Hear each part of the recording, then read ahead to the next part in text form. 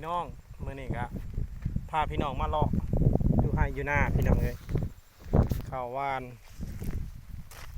นี่ป่านขั้นซอยน่องซอยนงพี่น้องเลย2 มือเลยเอาพอประมาณพี่น้องเอาพอประมาณนำอยู่ปีนี้เดี๋ยวนำปีหน้าหมดละพี่น้องเลยสิมาใส่ไม้ปีนี้เอาซ้ำนี่ก่อนพี่น้องเอาพอแก่ไข่มันขาดแห้งพี่น้องเอ้ยเขาก็งามเขาหน้าหวานพี่น้องป๊อดขากอะหลี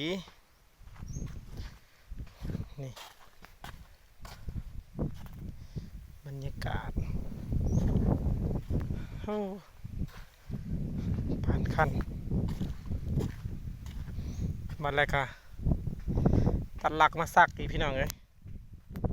ให้มันคันน้ำล้นนะเบิด100ก็สอบพี่น้องนี่เบิด100ก็สอบปู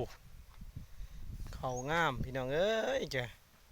ขันเฮาบ่อันน้ำใส่มันก็สิบ่ปานใดดอกกันแนวนี้ต้องอันน้ำใส่พี่น้องเอ้ยอย่ามันซอยคอยเฮ็ดซอยกันไป